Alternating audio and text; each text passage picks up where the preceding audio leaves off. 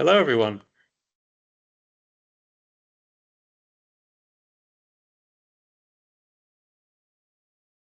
We'll give it a few seconds for people to finish arriving. Thank you so much, everyone, for joining us. My name's Robin. I work at the Centre for Emotional Health, which is a charity based in Oxford but working nationally, who many of you may know through our programs for parents. The most popular of which is the Nurturing Programme, which we deliver in collaboration with local authorities across the UK. This webinar, I'll share some slides in a minute. This webinar is about what does evidence-based mean in a context of parenting programs, and it was really inspired by that feeling I'm sure we've all had when looking around at the evidence underpinning all the various parenting program offers, where I think the words evidence-based have just become completely synonymous with parenting programs. And it feels like that's a claim that everybody now has to make. Is anyone else having a problem hearing?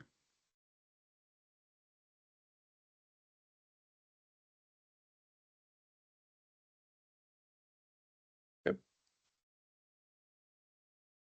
Okay. Mostly knows. So I think that means most people are fine. I'll crack on. Um,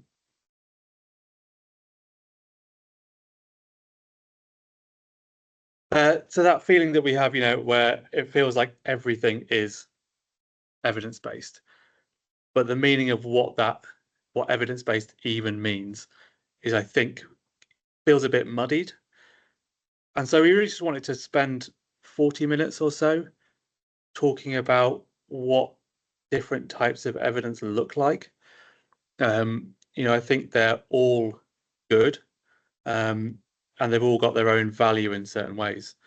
So I'll start talking to some slides. There's a Q&A function. If you have questions as we go along, please do put those questions in the Q&A, and we'll go through them at the end. If you have any technical issues, maybe put it in chat, and my colleague McNor will try and help you out. So we're going to talk really briefly about emotional health. It's what we do and it's what we live and breathe. So I'll set the context for that. I'll talk a bit about the hierarchy of evidence that used to get talked about a lot and some more modern interpretations of that.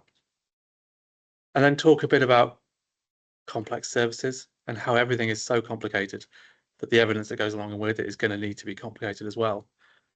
And talk through some of the different types of evidence that get used a lot in support of evidence-based parenting programs.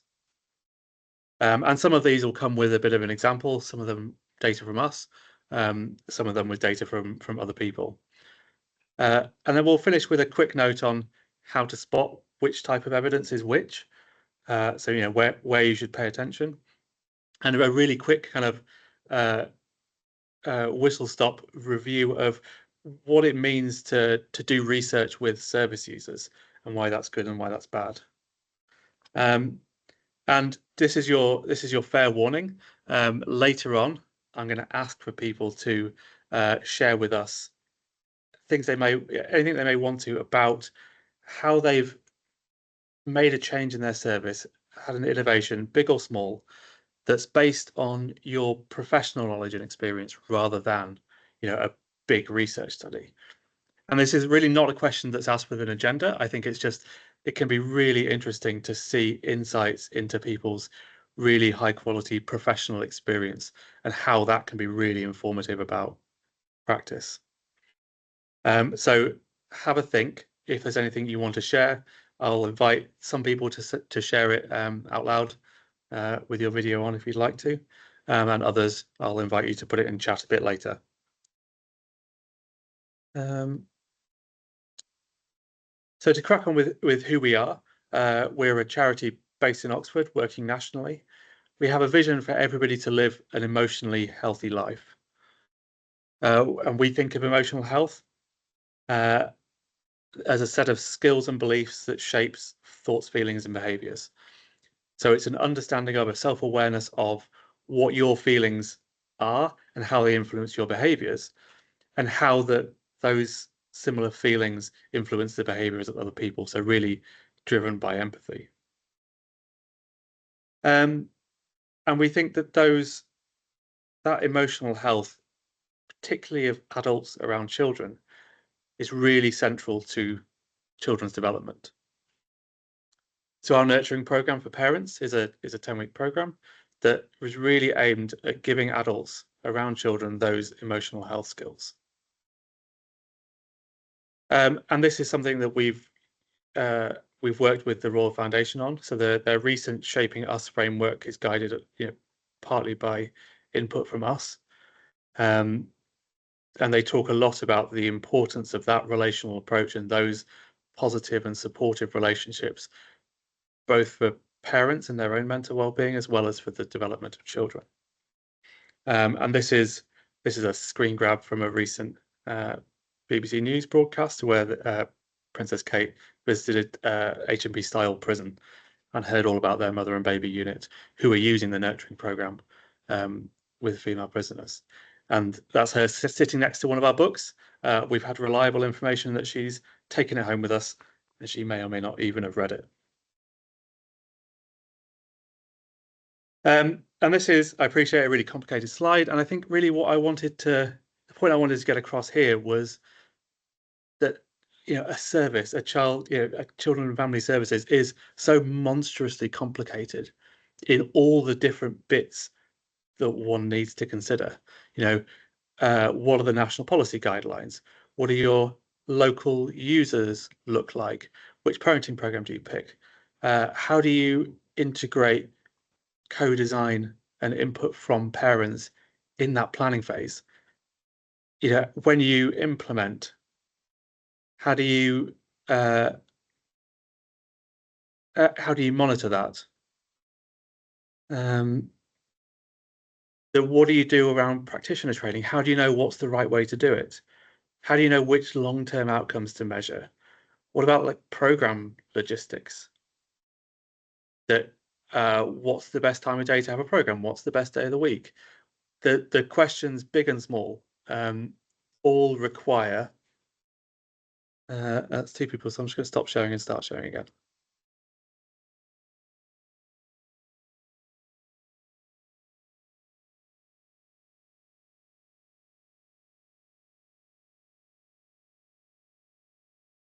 So I've stopped and started sharing again. Hopefully that's fixed. So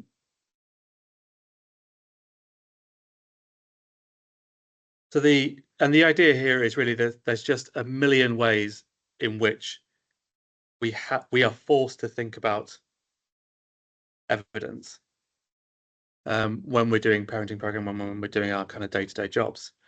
And some of that will be, really formal. It will be, guidelines that we read from places like the Royal Foundation and their Shaping Us framework. And some of that will be, your professional experience that that the parents who come to your programs find it easiest to attend and take part when they're on weekends. Yeah, we'll share the slides afterwards. And all these types of evidence that input into how you run your service now, whether you kind of realize it or not, is organized into a hierarchy that's traditionally been a bit of a pyramid shape, where you have meta-analyses and systematic reviews at the very top that look at lots of other people's data. Below that, you have experiments like randomized control trials, I'm sure is a term that many of you have heard. And then at the bottom of that pyramid, you have things that used to get classed as opinions. So expert opinions, qualitative research, that kind of thing.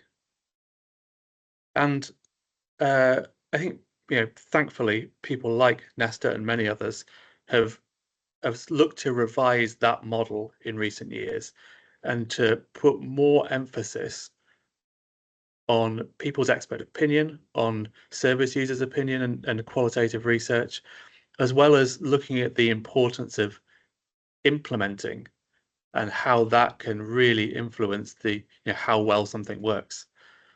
And so they have this, it's not quite a pyramid, but it's still a scale where at the bottom, level 1, you have there's things like theory of change, where you can articulate a logical reason why what you're doing will make sense. And we'll go through some examples of that in a minute. And that, it will draw from other published academic evidence, it will draw from your experience, and it will draw from interactions that you've had with service users. Level 2 becomes about measuring something. That many of us will measure things like pre and post during our services, and that is an example of measuring a positive change, but one where we're not able to directly attribute what's called causation. So we can't say that the change that we've measured is because of the thing that we did, because there's so many other variables.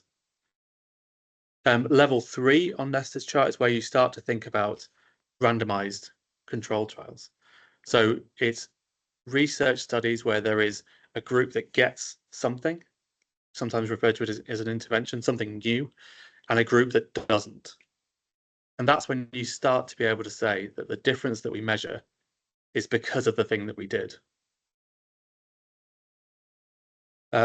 What Nestor call level 4 evidence is where you do that more than once. So you have multiple control studies that might look in different settings, or the same thing in different countries and different populations of parents.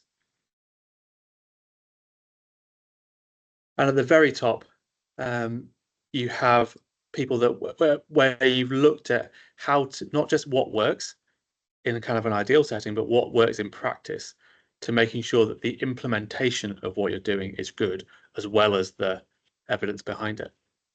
And I've just put some other words on the slides that are also used to kind of describe these levels of evidence.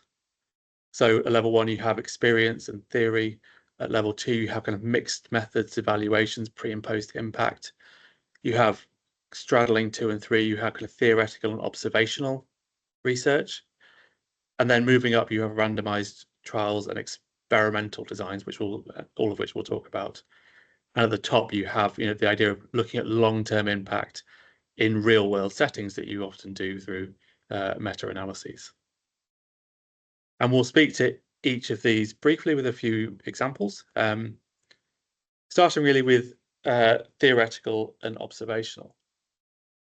And this is a type of research and evidence where concepts, frameworks, models are developed by looking at what's happening around us.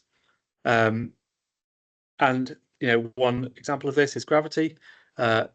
Throughout centuries, Isaac Newton had an apple on his head. People dropped things off the Leaning Tower of Pisa, and that's let Brian Cox be in a position to have BBC documentaries where you can drop feathers and bowling balls down tall buildings.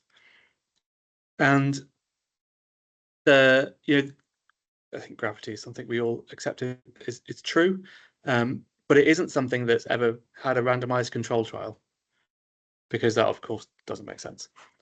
And nor does it need it, because we can see it happening around us, and we can understand what it is by building on other research and understanding that we have. And gravity is obviously a bit of a flippant example, but one that's much more relevant to what what many of us will think about on a day-to-day basis was the British cohort study. So this was 17,000 children who were born during one single week in 1970, who have been followed up, and they've just released the latest set of data on those children who are now 51. That's been the latest release. And that's let us observe what happens to those children without making any intervention. So nobody's intentionally done anything special for those children, but their outcomes have been monitored. And I think this is a nice example of how just looking at data that's been collected, observing data in observational research, now lets us look at how early child emotional skills perform differently, help adults to perform differently in the job market. So they've got some research about how children's relational skills and children's difficult behaviours relate to better labour market outcomes, which is, I think, something that nobody would really have imagined that data would have been used to understand back in 1970. And so this lets you capture real world complexity, really long-term outcomes, and to do research and to find evidence that you would never have known to look for otherwise. But it has this really big problem of being biased, that the only people whose data are included in that are people who happen to be born in one week in 1970, and we don't know what else about them is different to everybody else. So we don't know whether there was something special about that week. We don't know whether people who said yes to taking part were different to people who said no to taking part. They probably were. There's probably a difference in the socioeconomic status of those families. The people who continued to take part up until today are probably different to the people that didn't continue to take part.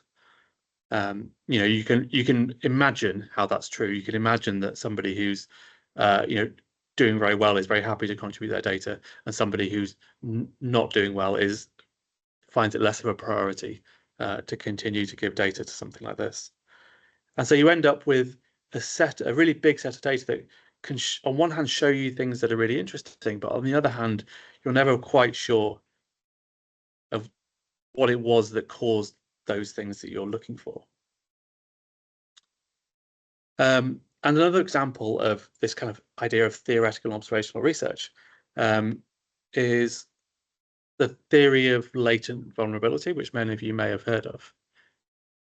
And this is, again, a theory that I think most of us accept to be true now, despite it not being subject to randomized control trials and things.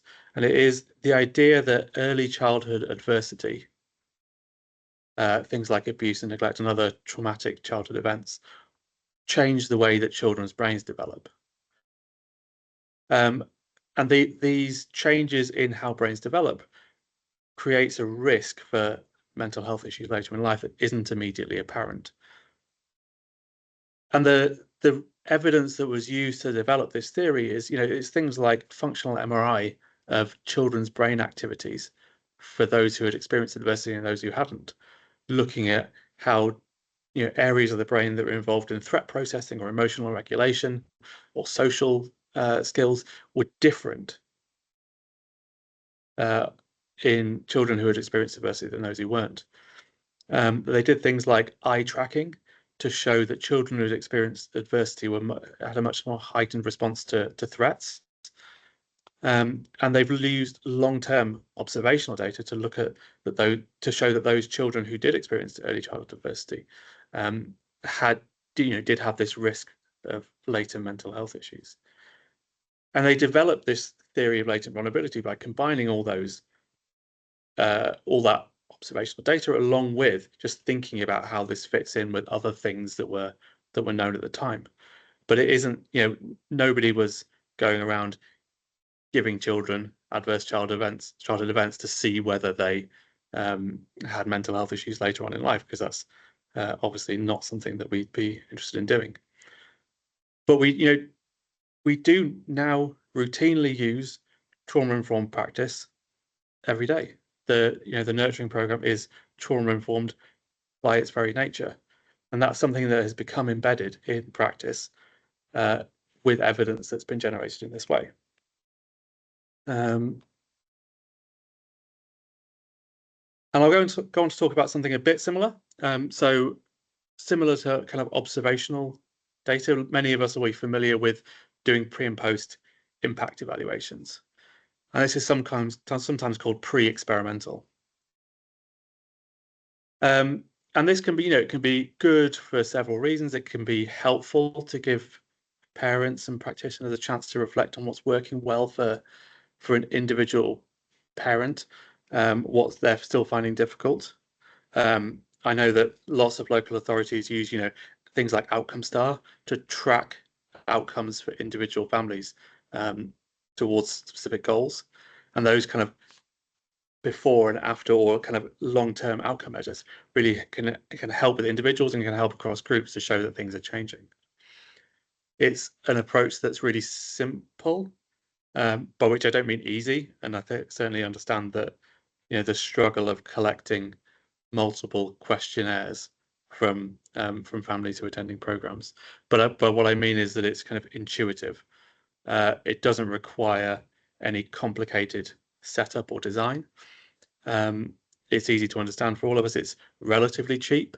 It allows long-term follow-ups by just measuring the same thing again and again. And I've said here that it gives an indication of what's happening. And what I mean by that is it doesn't allow us to say that the thing that we did caused the change that we measured. And that's because we don't generally have a control group who haven't done the thing that we're intervening with. And so it may be that the world is I think we all feel the world changing from week to week. It may be that just the effect of time was the thing that made parents change. That just being in a room with other parents was the thing that made the difference. It's it's impossible to ascribe causation to the thing that we're doing when we don't have a control group. And in addition to that, what we have with this kind of pre-post impact measurement is a lot of bias. We know that not all parents complete the program, and this pre-post doesn't account for what effect the program might have had for them, because they're effectively left out of the analysis. Not all parents complete the evaluation for a variety of reasons, but their data is left out, and we don't consider whether the impact for them was different. We know that not all parents are able to answer the questionnaire in a way that is authentic to how they really feel, for a really wide variety of reasons, of not being in touch with your feelings at the beginning, not having that trust that you need to be able to fill out quite an intrusive and judgmental questionnaire for some of them. That we have an inbuilt bias that the things that we decide to measure are the only things that we can then see a difference in. So we control, in a way, what it is that the outcome says. Many of you will have seen what I'm about to show, but it is, this is what we do routinely with local authorities around the country, because we can see some really impressive differences for parents.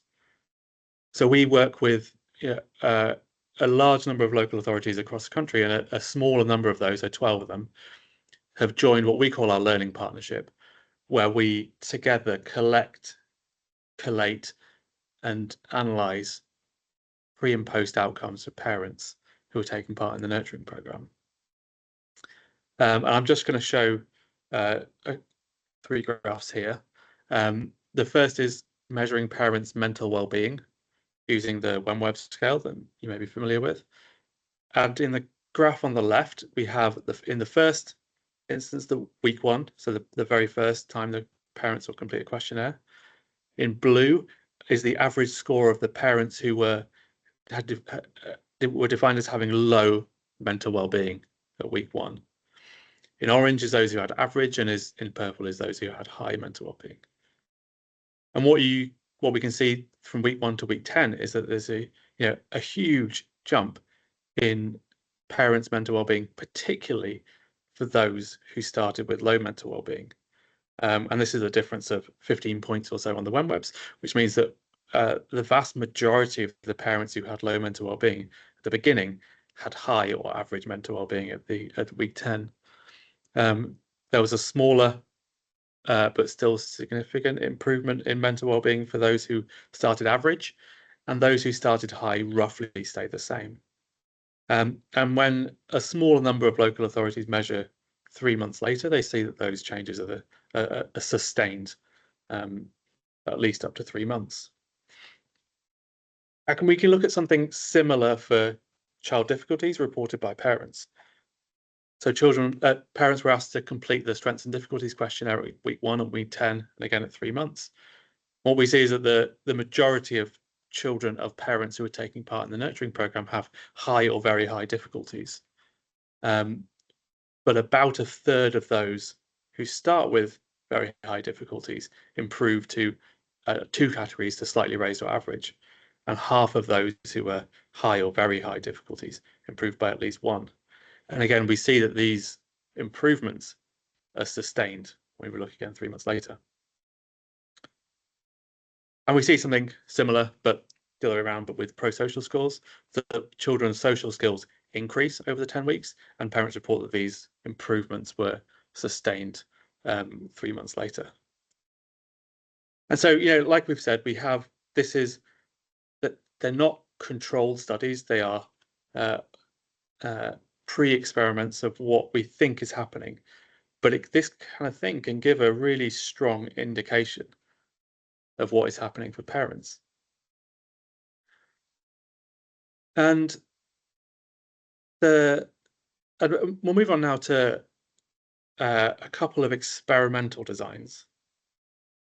And these are where instead of just having a group who you are measuring before and after, or just experimental or observational data that you're looking at through a certain lens, you have an experiment where you divide your parents or your children or your families or your groups or your centers or your local authorities into different categories. One of the categories will get an intervention, a new intervention often, and the other group will get something else. Sometimes that's an old intervention, sometimes it's nothing, or sometimes it's things like being on a wait list. And you do that, you make that assignment to one group or the other randomly. And that randomization is the key element of randomized control trials, because it means many of the forms of bias that you see with other types of evidence are automatically eliminated. We don't need to worry about the types of user that go in each group because we're assigning it randomly. And as long as you have enough people to assign randomly into each group, whatever the differences between people are, you assume that those differences will be divided equally between the 2 randomized groups so that they'll even out. And that evening out of all the differences between people is why randomization is so powerful, and why randomized controlled trials get labeled as the gold standard. They're the gold standard when you can do them, but they are astonishingly expensive, astonishingly time consuming. And they often have limitations.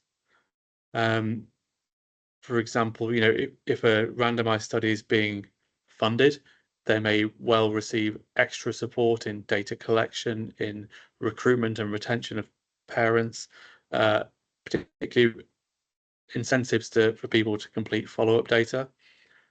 The dropout rates might not match what you see in the real world. And I think crucially, study designs are aimed to eliminate sources of variation that we don't understand, to try and get to a nice even group. And what that means is that parents with, for example, complex needs might be excluded, or foster carers may be excluded.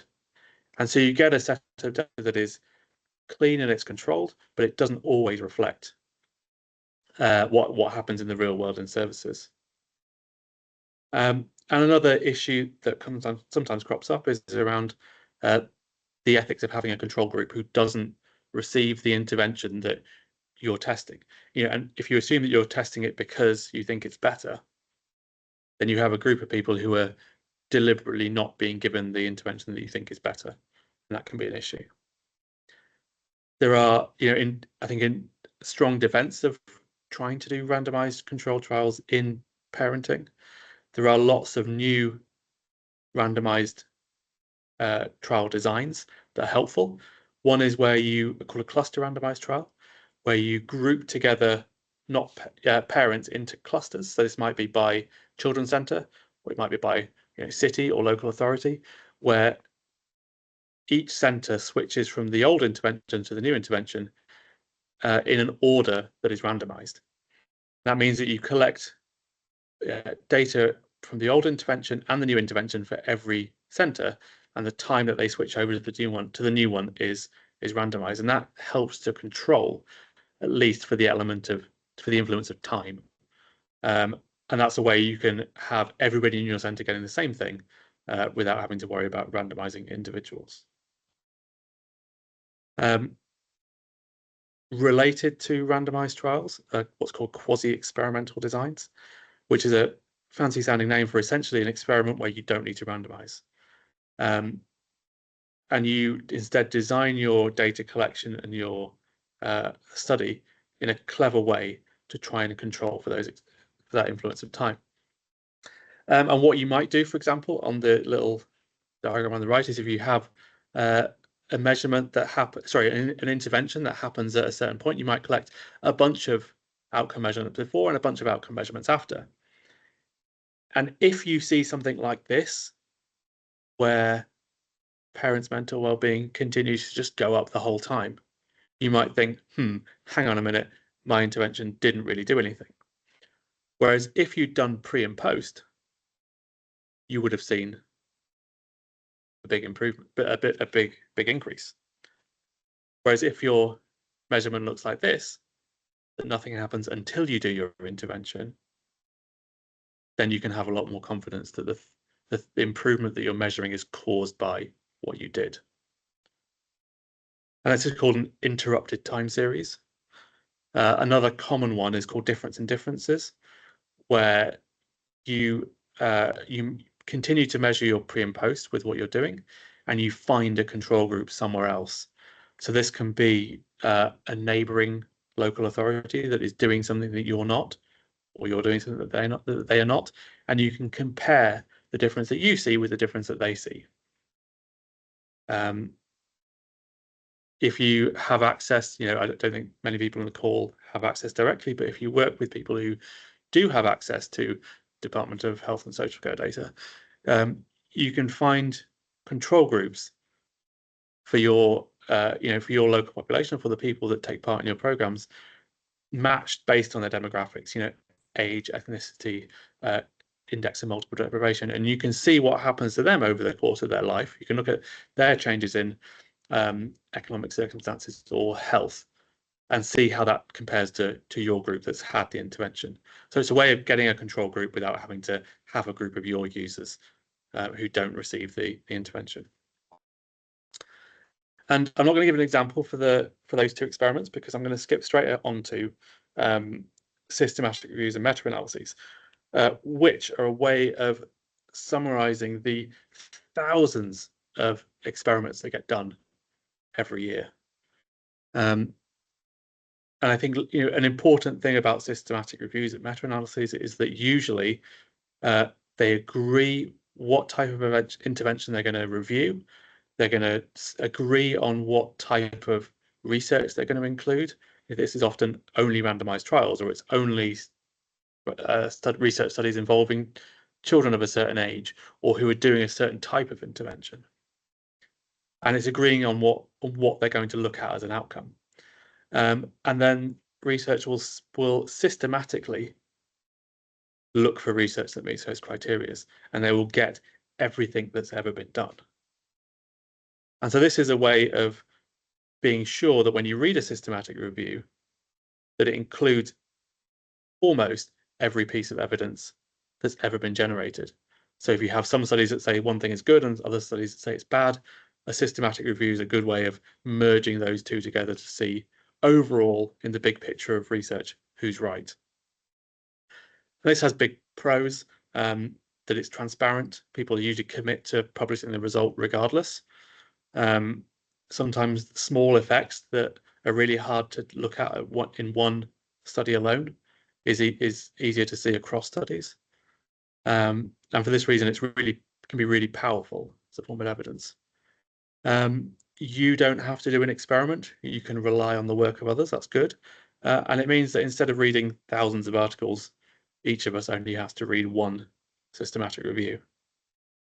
They can be bad. There's this common phrase of rubbish in, rubbish out, that when the quality of experimental research studies is low, the quality of systematic review will be low as well. That you will often exclude studies that aren't using the outcome that has been decided by the researchers. And this means that, deciding on outcomes and deciding on which groups to use and what interventions you're looking at requires expertise. And the overlap between the expertise of people who are able to do systematic reviews and those who have enough experience in, for example, parenting programs is not 100%. And so you need to make sure that the systematic review you're reading reflects what it is that you want to understand the outcome of. And so one example of one of these is a systematic review of systematic reviews that was done a few years ago. So they looked for other systematic reviews that have been done over the previous 20 years, looking at non-violent discipline options for children.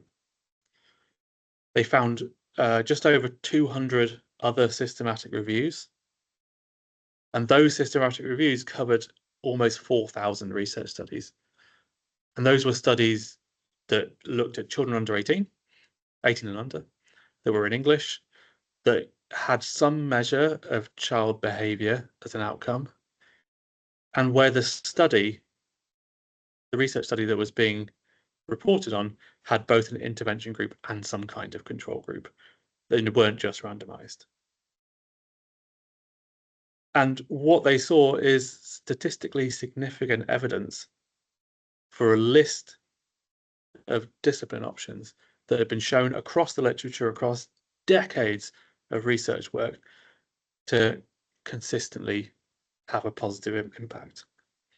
And those, I think it's always happy to see things that line up with the nurturing program, but it is parents actively listening. It's spending quality time with parent and child. It's what we would call positive discipline, setting clear expectations and boundaries. That old trick of distracting a misbehaving child with an acceptable alternative. It's adults modeling the desired behavior, which is, I think, a really big one for us. Reminding about good behavior and giving children feedback and giving children praise, all of which are, I think, very much in line with how we think, and many of you will. And the last, I think, the last two are much more to do with experiencing qualitative research. And so this is, I think, what many of you will recognize in yourselves potentially, and definitely in each other, is this idea that as a professional with experience, you have expertise and you have evidence contained within your knowledge.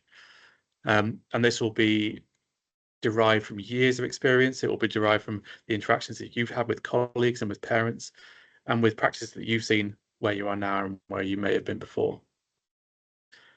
This is also things like feedback from parents who may take part in interviews, focus groups, or may give feedback on a feedback form. And I think the thing about experiential evidence is that it does some things that the other types of evidence just can't. That it makes sure that what you're measuring using other forms of evidence are actually grounded in what happens in the real world and what differences people really see. And there's just no other way to do that apart from speaking to people about their experience. That it can capture something that's much more complex. That it's one thing to have a OneWeb score and to say, this parent's mental well-being improved from low to high. But that is, I think we are all aware, a real oversimplification of what will have been a very difficult journey. And I think the impact of being able to communicate that difficult journey is not just on, for example, it doesn't show up in a systematic review, but it does show up in helping to explain to other parents why the work that you do is valuable. You can use this kind of experiential evidence to find and amplify voices from groups that otherwise don't take part in giving evidence. But it, of course, is subject to many of the same biases that we see before, that you don't capture, and people will often kind of not publish experiences that are not in the direction that we expect them to be. Whereas, if you're publishing on OneWebs, you will include people who are going up as well as people who are going down.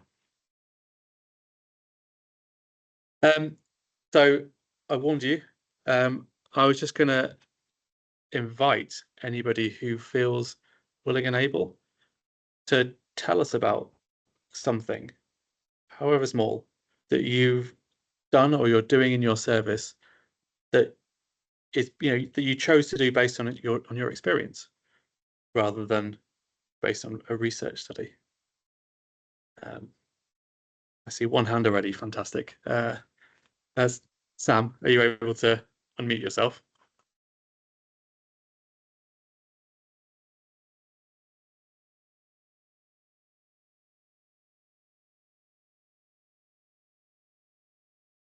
Hang on. Mic.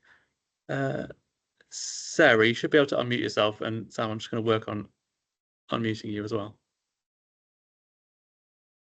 Do you want me to go first? Yeah, could you? Yeah, no problem. I hope this fits in. We recently had a male-only nurture group that was actually, it happened. It wasn't purposeful, but we ended up with an evening male face-to-face nurture group, and throughout that program, we had 7 males start and 7 males complete the program, which was absolutely fantastic. And we have now spoken to them, got their feedback, and we are now offering male-only nurture groups because of the feedback we got, and how much change that they told us that environment had in terms of being able to speak up and talk about their emotions and their feelings much more, and felt much more comfortable. So it wasn't a research study, it was just something that happened and gave us the experience that actually some males may engage better in that environment. So that's something that we'll be taking forward now. Fantastic. Yeah, and I'm sure there is research about how to engage with dads, and there was a call out last year for academic places who were interested in finding evidence about it. So I'm sure there's work going on, and I wonder if you're planning to publish any of it. Yeah, we were hoping to speak to yourselves about it. We'll come back to that another day, I think. Yeah, fab. Samantha, can I invite you to share? Hi. Yes, thank you. I've worked out how to unmute myself now. So we have a dedicated team that delivered the parenting offer within our local authority, but we've just recently had your lovely team come and deliver the nurture programme training to all of our family support workers within children's services, and we've got 2 more cohorts booked for the rest of the year to ensure that every family support worker within children's services in our local authority has knowledge of the nurture programme and the Centre for Emotional Health for Constructs, because we believe that really underpins everything else that we do. So families working universally, coming to our service through, just seeing us on Facebook and coming to a programme, all the way through to those families that are open at a higher level. They've got the same language and they're getting the same support. So although those family support workers may not be delivering the programmes, they are using the same terminology and same approach as our parenting team are as well. Fantastic. What a great idea. Lovely. If anyone else would like to share, I invite you to stick your hand up. If you'd rather write what it is that you're doing, that you're proud of in chat, we'll try and find a way to share some of these afterwards so we can all see what each other's doing, which is always interesting.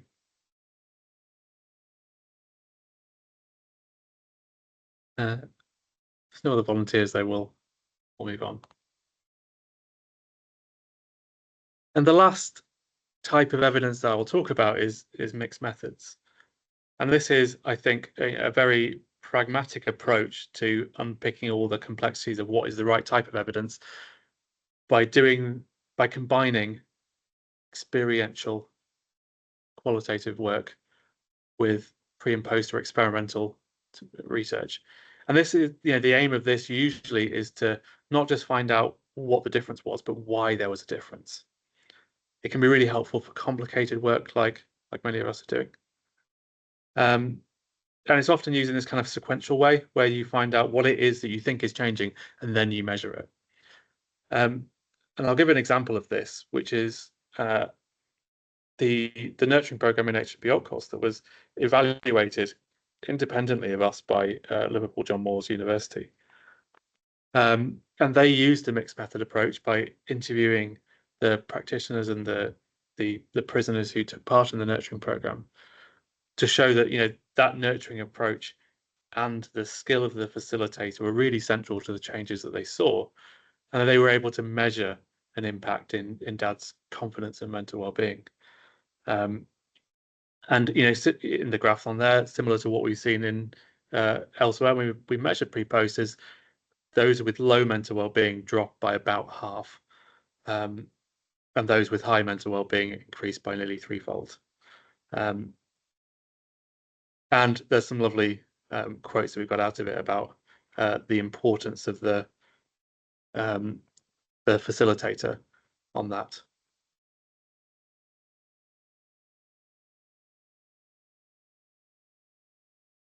And so I'm just going to show this again, maybe just so we can reflect briefly on how how evidence shapes these decisions that we make. How do we decide which outcomes we're going to measure and how we're going to measure them? When do we listen to parents' feedback, and when do we measure a pre-post outcome, and when do we want to look further to academic research or to places like Foundations and Nesta, who are producing really important work translating policy directions into clear practical guidance, and who are summarizing some of the evidence that's out there. Things like what are your local service gaps when you're doing your strategic planning? This is a randomized control trial isn't going to help you, but talking to your service users and doing some observational evidence gathering is. Similar for understanding what impact your programs are having for families, and what impact your programs are having for what impact the changes that you're seeing in your parents is having for services. Those are really important, and there's always a local context that means measuring it yourselves can be really helpful. I'll really briefly say this about generating evidence, that I think it's there's often two schools of thought that I hear about the appropriateness of involving parents in research. One is that similar to patients in a hospital, that these are service users, they are potentially vulnerable, that they deserve the care and the service that we think with all the available information we have right now, the best service, and they are not they're not research subjects. But I think the other side of that coin is that there exists a right that service users have to shape the services that they're using, and taking part in research is the way to do that. And so by not doing any kind of research, you potentially are not giving those users a voice. And I wasn't here to say one of those is right or wrong, just that I think I hope we can be open to, where appropriate, collecting the types of evidence that we're able to collect and sharing that. One slide on which is which, just to kind of summarize all of that. We know that randomized controlled trial evidence is good quality, and for that reason, and because they're very expensive, whenever you see evidence that comes from a randomized controlled trial, it will usually be labeled as a randomized controlled trial, because people are proud, and rightly so. Where evidence is experiential, it's usually labeled as qualitative. and that's often the case for mixed methods as well. And systematic reviews are often labelled as systematic reviews. But that word systematic is important, and things that are labelled as reviews without the word systematic mean something else, and that is essentially an opinion piece where they've chosen what evidence to include rather than being systematic about it.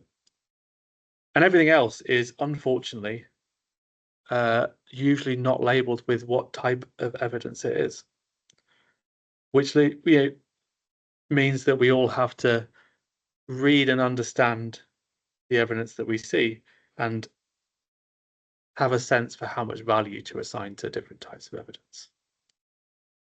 And I think if I could ask you to take one thing away from this, it's that the old hierarchy of evidence where professional opinion was at the bottom, I think is generally accepted to not really be the case anymore.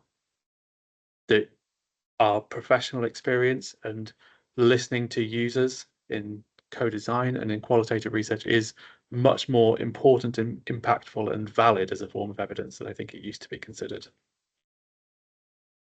And I will show 2 more slides, one of which is just to say that this is who we are. We have programs for parents and carers, children 0 to 19. The nurturing program is our flagship, but we also have Welcome to the World, our antenatal program, shorter programs, playful parenting workshops, talking teens with parents of teenagers, and keeping your child in mind, which is our reducing parental conflict offer. And kind of in the spirit of what we've shown here, and we'll share this slide. You don't really need to read it, but this is how we consider what we consider to be our evidence base, which is that we have decades of international academic research that underpins the theories that make the nurturing program. So this is things like the theory of latent vulnerability. It's this understanding of trauma-informed practice and the importance of a relational approach having the biggest impact, and the importance of responsive adults for helping children and young people. And the knowledge that emotional health is important not just for adults, not just for children, but through an entire lifetime, and supports all sorts of important outcomes. And there's just an unlimited, almost unlimited amount of research that's published supporting that. We're also really committed to understanding what happens in practice and what in real world settings, what difference do things make. So we have our learning partnership collaboration where we work with 12 local authorities to look at data between local authorities and to try and understand the differences between different services and what impact those will have on outcomes. So that's I think it's tending towards being a really practically focused group where there's peer support and there's learnings to be had from how we all design our services. And we have lots of pre-post evaluations of the nurturing program. Over 2,000 parents have filled in those pre-posts, and we do see those dramatic improvements in confidence and well-being, and in children's outcomes. And similarly, we have lots of case studies, interviews, workshops, and focus groups from parents who talk about their own journey and how emotional health and our nurturing program has helped them in their parenting and in themselves, and from practitioners who have benefited both by delivering the group and by the emotional health training they get as part of it. So this is a summary of our evidence, and we'll share the slides afterwards.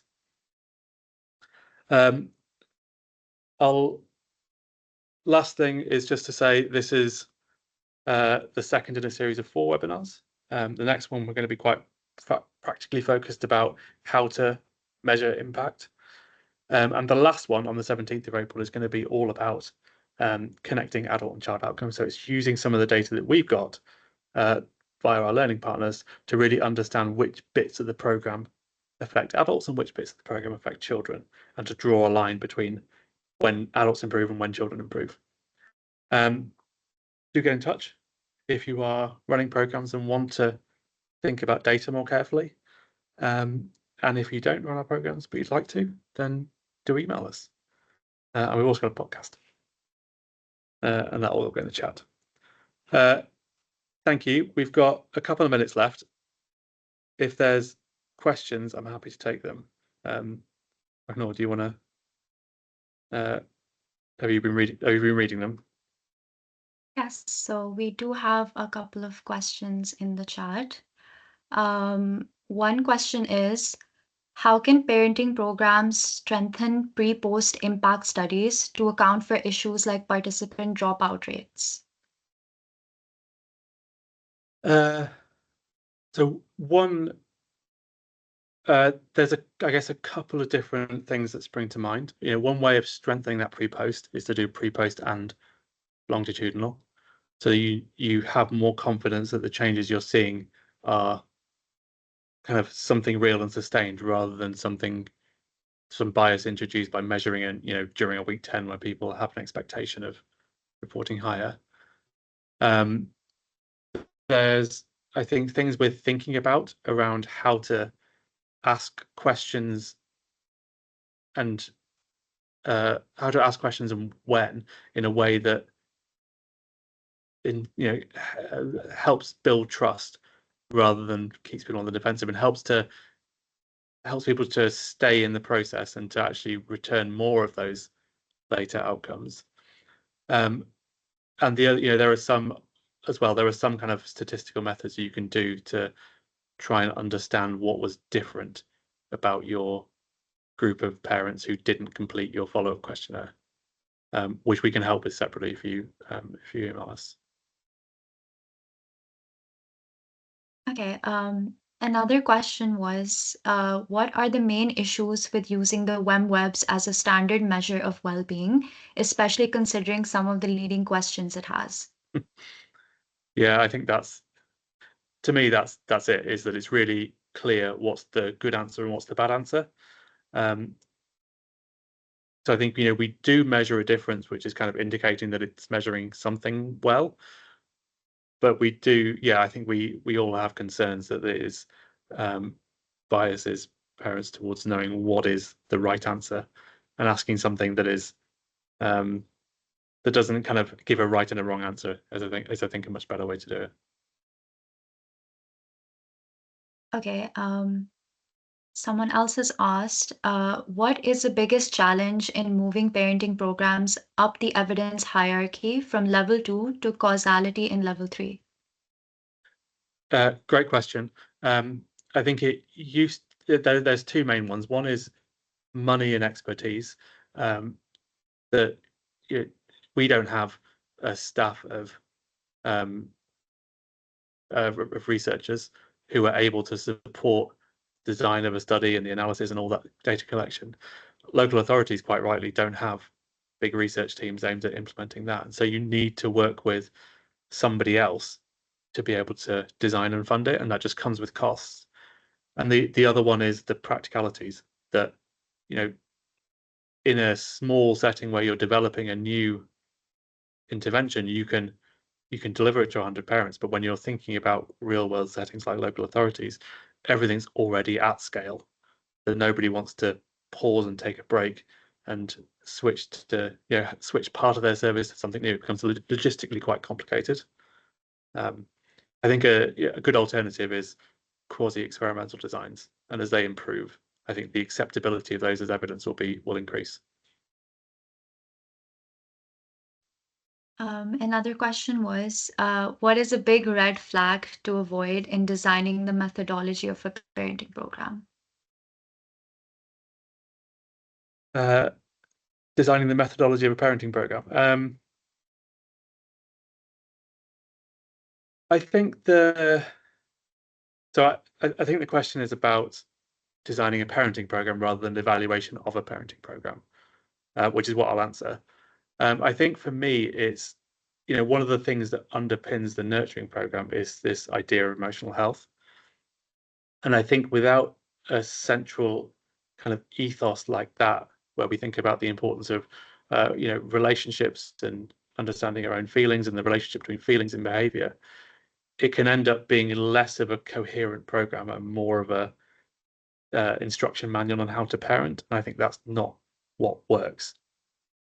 So for me, it's that like guiding philosophy that is rooted in evidence, but has some kind of coherency throughout the program. Okay, thank you. And the last question in the Q&A is, what does participatory research look like in practice?